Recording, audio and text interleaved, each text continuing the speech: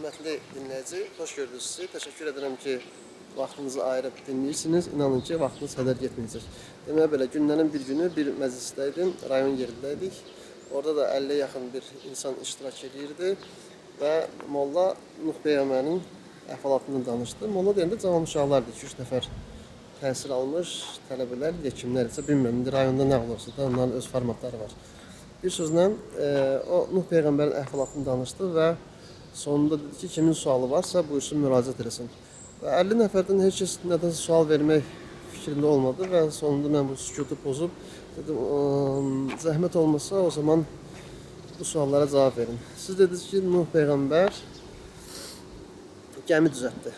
Deyin görək bu gəmini necə düzəltdi? İnsan bir dənə 10 kvadratlı daxma tutanda, düzəldəndə deyir ki, bunu buradan taxtanı sən tut, o mismarı bu birisi vursun, nə bilim, dəmiri bu birisi tutsun.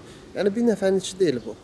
Və bunun sxeması olmalıdır. Nuh'a qədər də bu gəmi düzəldən olmayıbsa, bu hardan bildi bu şeyləri? Bir, kim düzəltdi bunu? İkincisi, deyirsən ki, ora ən sağlam, ən pak möminlər yığışdı ki, dünyada onlar ilk insanlar idi ki, bir sağlam insanlar yığışmışdı bir yerə. Ki, hansı ki, sonda gedib torpaq sahədə yerləşdilər. Əgər bunlar sağlam idilərsə, o zaman necə oldu ki, dünyada gördüyümüz o virus, həşərat, parazit insanlar, axı onlardan əmələ gəldi. Sən axı deyirsən ki, onlar yer üzündə tək idilər. Necə oldu bu viruslar əmələ gəldi o zaman? Üçüncüsü deyirsən ki, Nuh Peyğəmbəri gəmiyə minəndən sonra dünyanı su bastı. Əgər bunlar o vaxtları texniki cəhət yox idisə, kosmosa çıxmamışlar, bunlar nə bildilər ki, o dünya özüdür? Bəlkə o balaca bir adaymış. Hər tərəfdən okeanla, su ilə əhatə olunmuş ada. Çünki nə ehtiyac var ki, dünyanı su basmağa, əgər bir adanı su basacaqsa? Zaten onların dünyası elə oydu da. Başqa nə görmüşlər ki? Bu üç.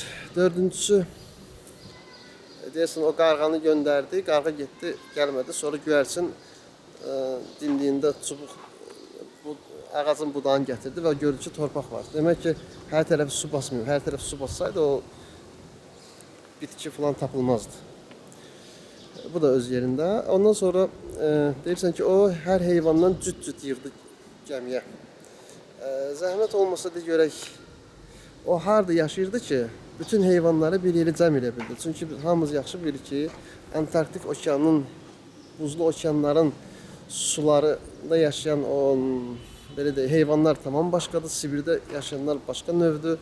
İsti ölkələrdə yaşayanlar başqadır. Bunlar harada yaşayırdılar ki, bütün heyvanlar hamısı bir yerdə yaşayırdı. Yəni isti ilə soyuqda yaşayan heyvanlar. Bu nə cür ola bilər? Və sair və sair. Yəni bu tip yadımda deyiləm, çoxdan oldu məsələ. Bu cür bir neçə suallar verdim və o da sonunda mənə cavabı oldu ki, sən mənə deyir, inanmırsansa deyir, mən bunu Nizami metrosunun aşağısında mağaza var, orada kitab satırlar. Həmin kitabı da falan alim yazıb, oradan alıb oxumuşum. İstəsən götürüb oxuya bilərsən. Priyexali. Nəsə, hörmətli dinləyicilər, videolarımız qısa-qısa olmalıdır.